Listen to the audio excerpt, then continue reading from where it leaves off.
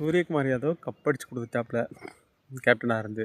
அவர் முதல்லயே மேட்ச் தொடங்குறதுக்கு முன்னாடி ஒரு பேட்டி கொடுத்துருந்தாரு.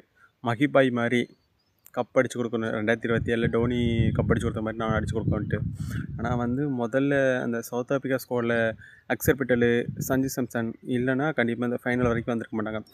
சவுத் ஆஃப்ரிக்கா கூட தோற்க போய் தான் நம்ம இந்த வின் பண்ணதுக்கு காரணம். அதேமாரி முக்கியமான காரணம் என்னென்னா சவுத் ஆஃப்ரிக்கா வெஸ்ட் இண்டீஸு கூட ஜெயிக்கலைன்னா நம்ம செமிஃபைனல் வந்திருக்க முடியாது. ஏன்னா வெஸ்ட் இண்டீஸ் உங்களுக்கு தெரியும், நல்ல டீமு, நல்ல பேட்டிங், பவுலிங், ஃபீல்டிங் எல்லாம் நல்லா பண்ணுவாங்க.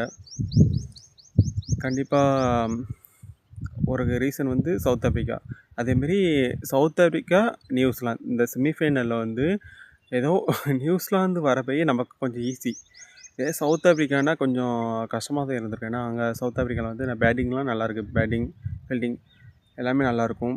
நமக்கு ரொம்ப ரொம்ப டஃப்பாக போயிருக்கும். நியூசிலாந்து வர போய் நியூசிலாந்து ஆல்ரெடி இதுக்கு முன்னாடி ஒரு 5 சீரியஸ் இந்தியாவுக்கு பழக்கமாயிருச்சு. அவங்க பேட்டிங், பவுலிங் எல்லாம் விளாண்டு நல்லா பழக்கமாயிருச்சு. அந்த இதில் 250+ ஸ்கோர் ஈஸியாக அடிக்கலான்னு அடிச்சிட்டாங்க.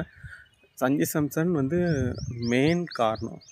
சஞ்சு சாம்சன் இல்லைன்னா கண்டிப்பாக இந்த வேர்ல்டு கப்பு நம்ம அடிச்சிருக்க முடியாது. ஏன்னா வெஸ்ட் இண்டீஸ் கூட 97 ரன் தலைவர் சம்பவம் பண்ணிட்டாப்புல.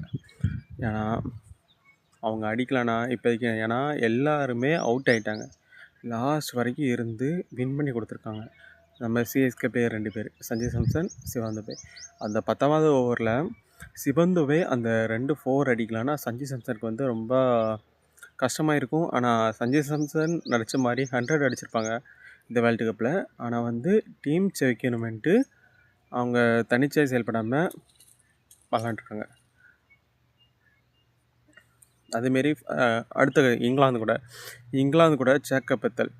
நானும் மேட்ச் ஈஸியாக நம்ம இந்தியா வின் பண்ணின்னு நினச்சேன். ஆனால் ஜேக்கப் பத்தல் நம்ம ஆர்சிபி பிளேயர் முடிஞ்சளவு நாங்களும் டஃப்பாக கொடுப்போம் அப்படின்ட்டு 100 அடிச்சுட்டு, ஆனால் லாஸ்ட்டில் சிவம் துபே ஓவரில் ரன் அவுட்டு. நானும் மேட்ச்சு அவங்களுக்கு சாதகமாகவும் போயிட்டுருந்துச்சி. நம்ம முதல்ல நமக்கு சாதகமாக போயிட்டுருந்துச்சி.